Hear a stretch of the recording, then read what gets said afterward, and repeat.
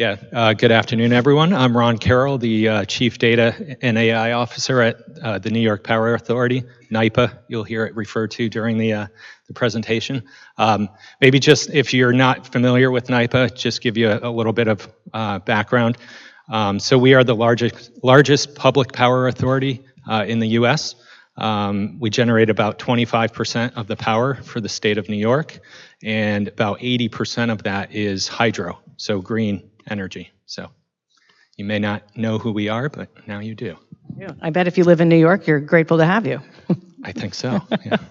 The discussion that we wanted to have today is we're going to go, I think, a little less technical than maybe some of the other presentations that you've been to, or a lot of the more in-depth either training or presentations that you've experienced. We really want to talk about AI as a transformational lever, and beyond the technical side of what has to happen with AI, what has to happen around the entire ecosystem and operating model of AI in order for it actually to be transformational, in order for it actually to prove valuable. But with that in mind, I think maybe we'll start the conversation with a question that I get all the time from my clients, as well as my parents and friends and so many others, is, where actually is AI generating value in the organization? And I thought maybe we'll start with, how NIPA's looking at this, maybe some of the areas where you're getting some transformational value out of AI, or if you're not there yet, where you're really targeting. And let's start the conversation with talking about meaningful ways that it's proving value. Yeah, great question. So we've actually been using AI for a number of years. Primarily in the predictive maintenance space. So we have large assets that if they fail, it's expensive and the power goes out. So we've been leveraging AI for a number of years. But what I would say is, in the past, what we were seeing was AI was more of a data scientist activity. And then we had the ChatGPT moment in 2022. Wow, time flies. And so once that happened, AI really started to become more mainstream, and AI for everyone. And so we used to be going out and knocking on our business unit doors to say, hey, do you have any use cases that we can work on? And they would look at us and say, well, I think we can do this. And we'd work on something, a POC, and we'd deliver it, and they would go, oh, wow, that's cool. And then they would move on to the next thing. But now with generative AI, I think we're seeing, at this point, we've collected over 170 use cases. And just some examples of the use cases that we're either working on or have delivered, looking at our assets again, and a big space we're seeing is knowledge management. And so we have a workforce that is, a lot of folks are nearing retirement or retiring. We have a lot of information that's in documents, in our asset management system. And so it's critical that we surface that information and that knowledge.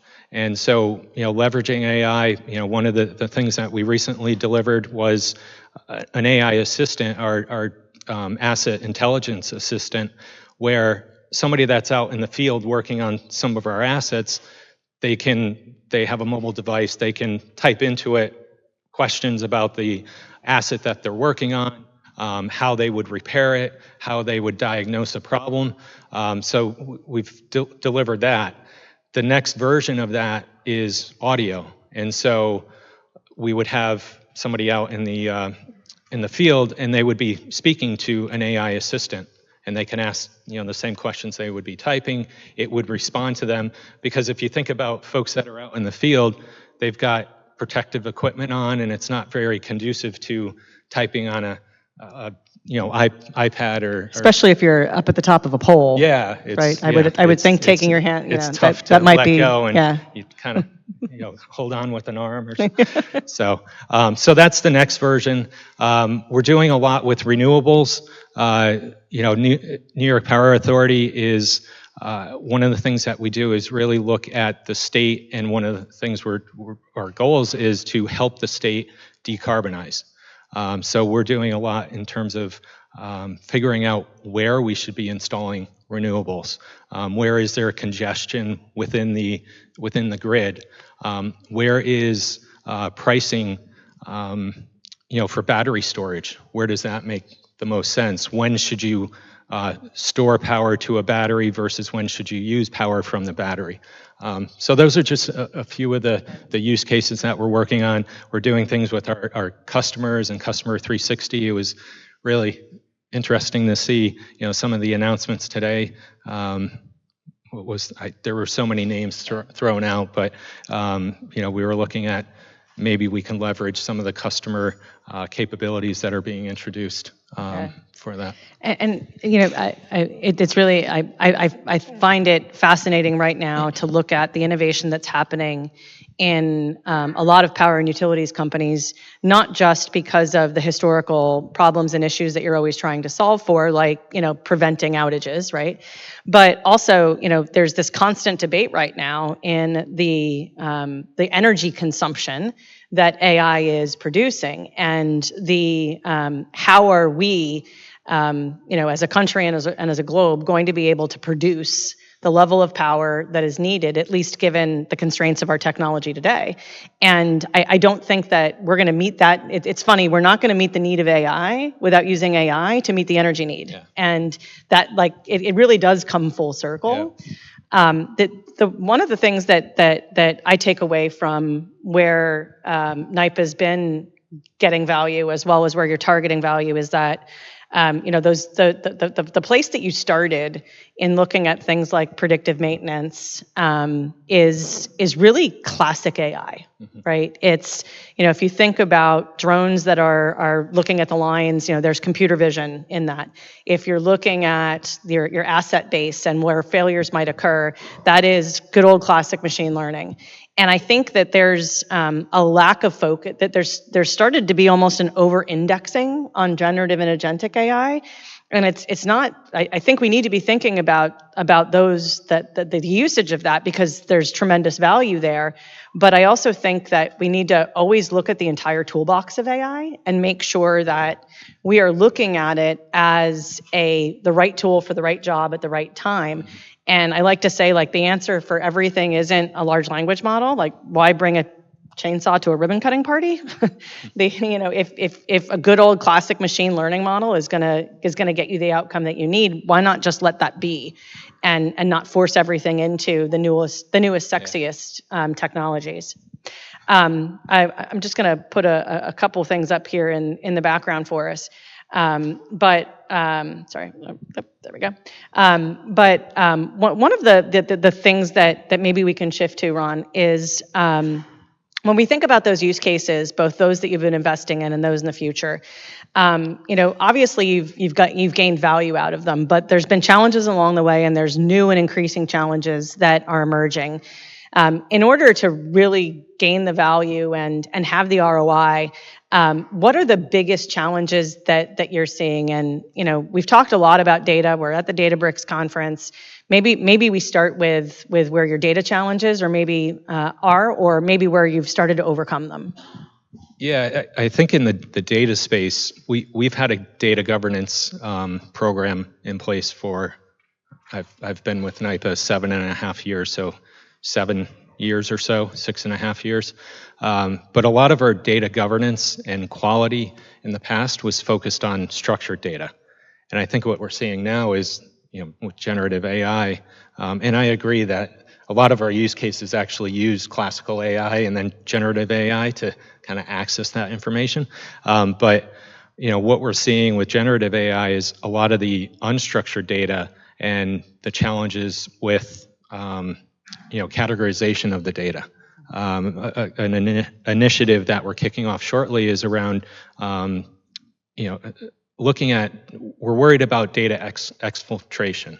And so how do we classify data to make sure that, we know whether it's public data or whether it's private or whether it's sensitive and who has access to it.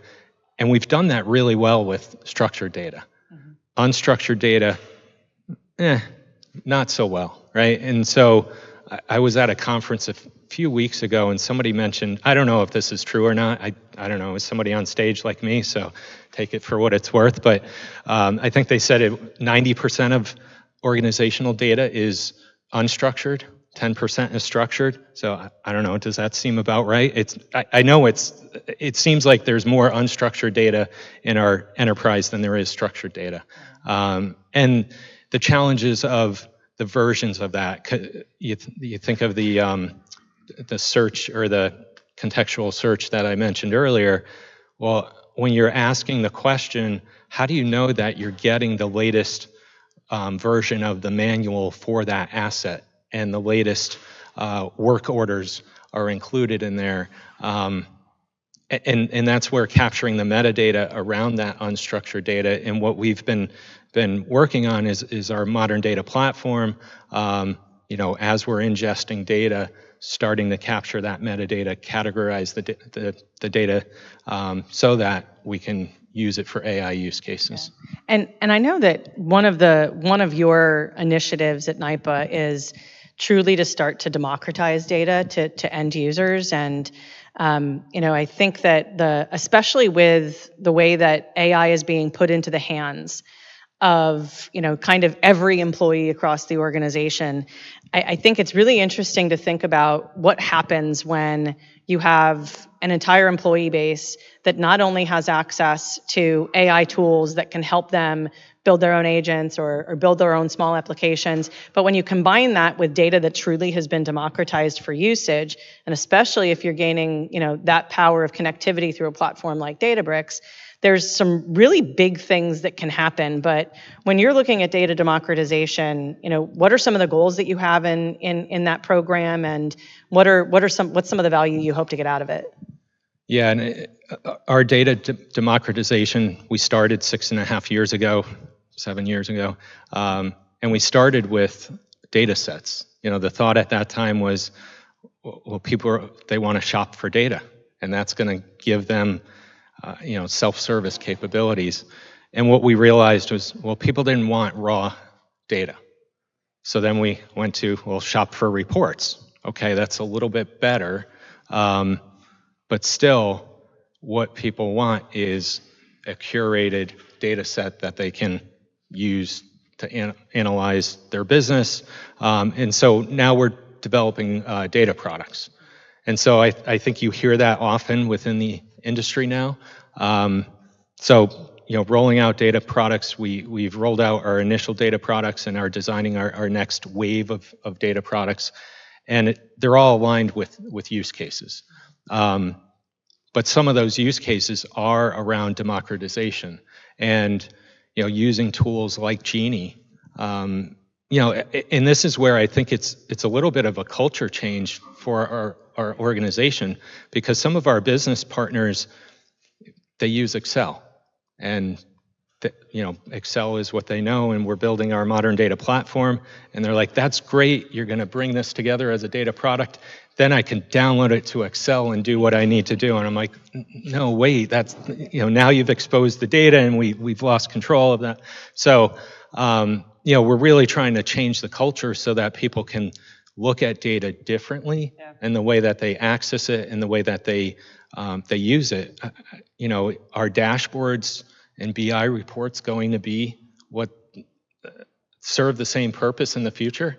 Probably not, because I think people are just going to start asking questions of the data, and you get your response back. So, the way that you're using, Gemini or ChatGPT or whatever you're using. So that's the goal. I think one of the other things that we've seen is in this culture change that we're trying to go through is talking about data products, and people get it, but then it's like, well, how do I use that? What does that mean to me? Another thing that we're trying to do is to allow people to bring their own data.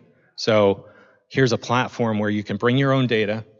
We have data products. If you have access and should have access to that data product, you can bring those two data sources together and start to perform your analysis. We need to help them do that, and we don't want to have IT in the middle of that. So we're actually building a knowledge agent so that somebody can go to the knowledge agent and say, well, I have a data set, it's in Excel, what do I do? And we will provide them the instructions, not just a link to, well, here's a 20-page document that tells you how you can upload your data and start to use it. It's more of a interactive conversational knowledge agent to help them.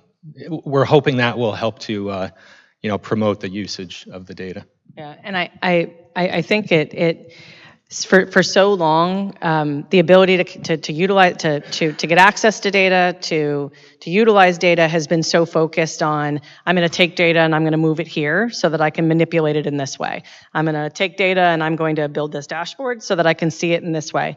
And when you look at things like Genie as an example, and it giving you a completely new way to interact with your data, and to ask to gain insights from it, I think it's another step forward in the right, another step forward to real data democratization, and I think we're gonna keep seeing a lot more technologies and approaches that allow us to do that. I was also, we were talking about this earlier, but when we think about the advancements of integrating with data and truly using data as a mechanism for AI transformation, I think all of us have heard a number of different really interesting announcements this week from Databricks on things that are new in the portfolio, and I was really excited yesterday to hear about Unity Gateway, because the cost of AI is something that everybody is worried about, right? And having the ability to look at both costs across MCP agents, et cetera, and be able to have that observability layer, I think is really important. But cost is a big topic, right? It's not just about how much your platform costs. It's not just about the tokens. It's about so much more. And both from a cost perspective as well as from a real implementation perspective, I actually think that the bigger challenge to cost is culture and talent and people and change. And so maybe we can shift away from data and technology for a second and talk about what it takes to really drive transformation, and maybe we can start with culture and talent as a key enabler of that. Yeah. I mean, it takes investment, and I think what we were experiencing was, I would joke that this is a hobby for everybody. When that ChatGPT moment happened, we stood up a few different work streams focused on governance and risk management and change management and technology and platforms and use case prioritization. But it was a hobby for folks. It was an add-on to what everyone was doing. So, the first thing I would say is we're making investments. So we're hiring resources that are focused on AI. We've stood up an AI Center of Excellence. Part of what that Center of Excellence is focused on is AI literacy. And so we have a multi-tier strategy on how we will upskill the organization, starting from, how do you spell AI? Because I think there's, all of us in the room, we live and breathe this every day, right? So it's kind of natural to us, but our workforce, I mean, we have folks in management, we call it management and union. So, kind of the administrative type of jobs and knowledge workers, and then we have union workers. And the range of knowledge is vast. And so we need to kind of level set and baseline offer that information to everyone. And then looking at, well, how do we start to focus on leaders and how do they drive change within their organization? And then democratization. How do we train people so that they can become citizen developers? And then overall, our hands-on technical, like folks in this room, upskilling them, and then our executive management group, we need them in the right headspace to drive the strategy. I mentioned earlier that we have about 170 use cases. a lot of those are coming from the kind of the ground level. And so we need to meet in the middle. We need our executive management group to kind of drive the strategy and meet in the middle there. And so it's been interesting for me to look at a lot of organizations and what their strategy has been around education and AI literacy and where it's happening in the organization. And what's been interesting to me is that I'm seeing the new entrants, newer to the workforce resources, as well as executives being really interested in being upskilled and being knowledgeable beyond just, I know how to write a good prompt, right? In fact, at EY, I was asked to provide reverse mentors to our entire executive committee, to our entire management committee. And the mentors are like senior associate manager level resources that are hands-on keyboard AI engineers. But every one of our management committee has one of these mentors. And at first I thought what they were asking for was somebody that would, show me how to use this tool, give me some advice on how to prompt better. And then I started digging into what the actual curriculum was that this team was providing. And, I talked to one of these reverse mentors one day, and he said, tomorrow's lesson is the difference between training and inference. And the lesson next week is we're going through regression. And I'm like, whoa, wait a minute. Like, you're not just like how to write a good prompt. Like, you're actually going into this. And they're like, this is what they want. Like, they don't want to just be peripheral. They want to get deep. And a lot of our newer, our junior workforce just coming in, like they in 2022 started to be told that it's not AI that's going to take your job. It's people who know how to use and leverage AI, and they've embraced it. And so for years, they have been focused on that. And what's most interesting, though, is that the top and the newer entrants are the ones that are diving in the deepest, and it's our middle layer of organizations that are not digging in as deep. And in fact, we did a survey probably 6-9 months ago at this point. But one of the questions it was an AI pulse survey to get feedback from companies on where AI is being utilized and what the challenges are. And one of the questions that we asked was related to management of agents. And what was interesting was 67% of the employees that responded to the survey said they did not want to be in a position where they were managing an agent. I looked at it and I'm like, what is that? And I kind of sat back and tried to do my own synthesis on it. And I reached out to some colleagues of mine that are behavioral change management specialists. And I said, can you help me unpack this statistic? What does it mean? And it was interesting because what they told me was on one side of the equation was that there is a fear that if I manage agents, then eventually the person managing me is going to manage my agent, meaning I'm going to become an agent. And so if I refuse to be a manager of agents, then I'm not going to be replaced by an agent. That was part of it.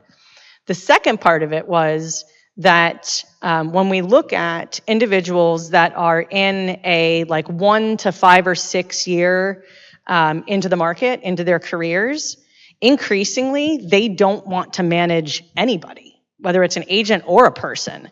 They want to be individual contributors. They want to provide value. They want to contribute to the value of the organization. They want to be respected as high quality professionals, but they don't want management responsibilities.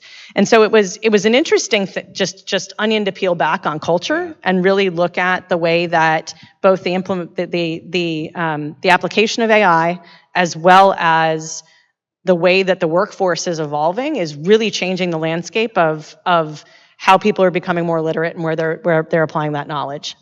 Yeah, I mean, we've been talking about managing agents within NIPA, and okay, are we going to have performance reviews for agents? And but yeah, I mean, I think the workforce is going to change. You mentioned it. Like, are people going to be replaced by AI? No, but their jobs are going to change. The way they do their work today is going to change. The way they get information, the tools that they have at their hands is changing. I mean, we're trying to in addition to the AI literacy, we're also looking at different ways that we can tap into maybe that new to workforce talent so that we can infuse that into the organization. We have a fellowship that we kicked off earlier this year with 9 students at the University at Buffalo, PhD students, and they're working on 4 different use cases. It's funded by a clean energy workforce development program. So we're training them, on AI to help with AI or help with climate and clean energy use cases. Yeah. So, to go back to your point earlier about sustainability, and I mean, NIPA is in a unique position because we generate power, but we're trying to use AI to generate power more efficiently and managing agents. Part of what I want to manage in the future is what is our sustainability, like what's our footprint. Perfect world, I want to have a dashboard on everybody's laptop where they're using AI and they have a dial that shows whether it's good use of AI or not. And so anyway, I don't know why I went there, but anyway. No,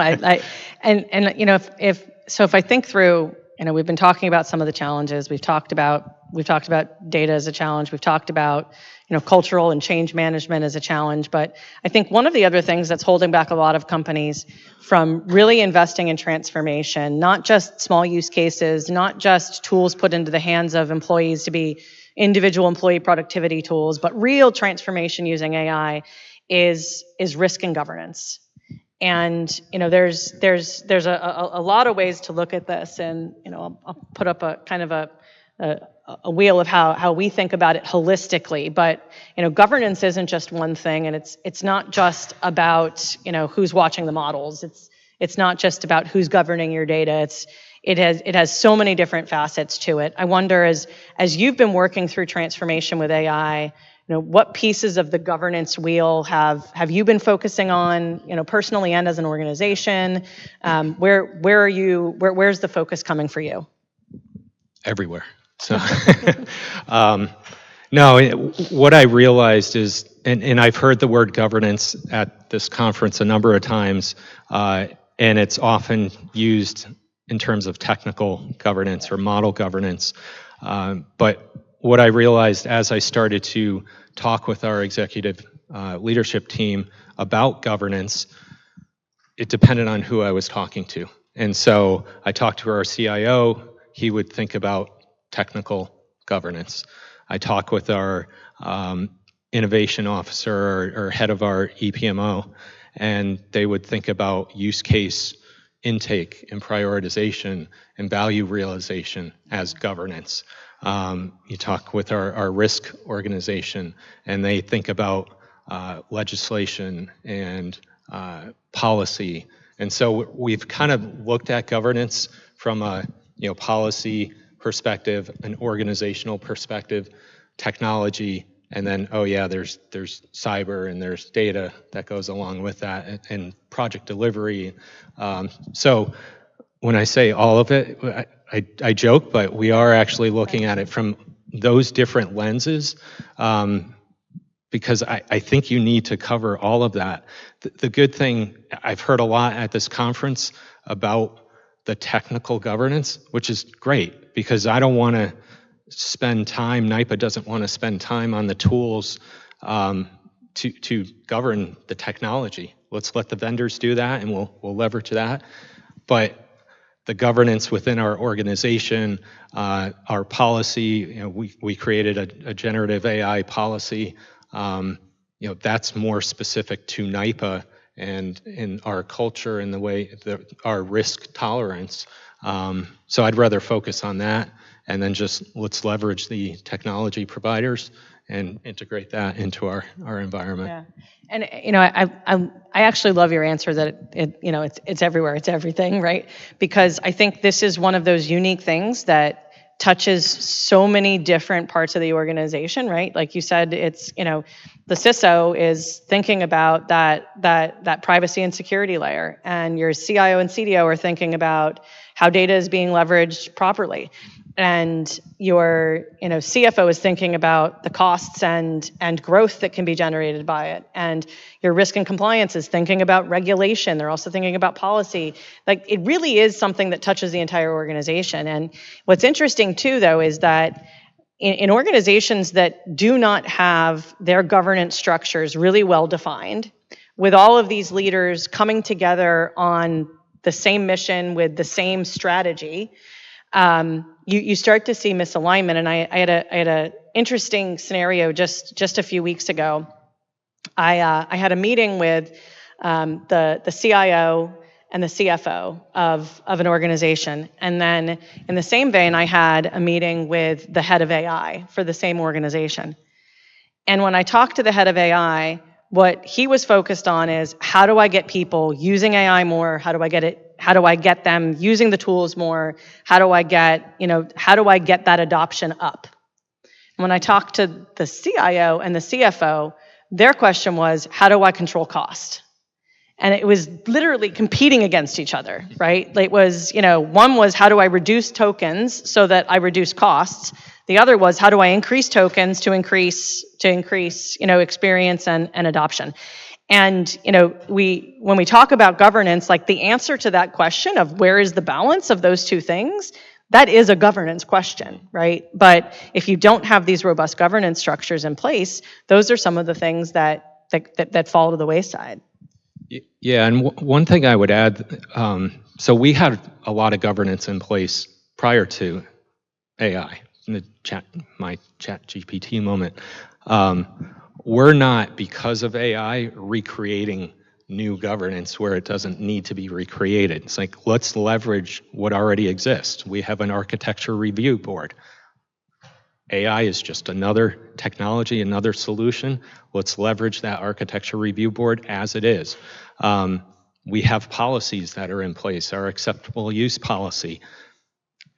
It applies to AI. We've made changes, but we haven't, our guiding principle was, let's not create new unless we absolutely have to. Yeah. Our Gen AI policy was a case where we created new because there wasn't really anything that covered generative AI. And so we thought it was so new and so different that we created new. So, and I actually think that this is this is a place where there's a very different either challenge or opportunity, depending on what industry you're in. Because if I look at some of the companies that we've been working with that are in regulated industries, be it power and utilities, be it healthcare and life sciences, be it financial services, heavily regulated industries, they are tending to have better, more robust governance processes that are, to your point, just the next evolution of processes they already had. Whereas when you look at less regulated industries, there's a little bit of a, oh crap moment, because they don't have the same types of existing governance processes in place. I like to say, like, we're talking a lot about evals now, right? Like, how do I evaluate these agents? How do I make sure they're doing what they're supposed to be doing, and they're doing it in a way that is trusted and secure? And I think, well, in financial services, they've been doing model stress testing for decades, right? They've already got these things set up. And, that's very different than if you're, a consumer goods and retail company. You probably haven't had those things because the way that AI has been used in your organization hasn't required that level of rigor. And so I think there's a different mountain or just molehill, depending on what industry and sector that you're in. Yeah, and I came from financial services before my time at NIPA, and yeah, you're absolutely right. There's a lot of governance, almost too much governance, but probably where we are today, that's a better thing. So we've talked about a lot of challenges. We've talked about a lot of different elements of what's needed in order to actually capitalize on transformation. Big world ahead of us, lots of things changing. What are you either most excited about or most scared for? I mean, the opportunity, I've often said at work, like AI has just increased the intensity of work because things are moving so quickly. So I'm excited about the opportunity. I'm nervous about just the change, the rapid change, and trying to keep up. And that's something that the technology's changing rapidly. Whether it's state legislation, federal, whatever the case may be, that's changing, and it's just trying to keep up. And so, we leverage partners like EY to help keep us informed on what you're seeing in the industry.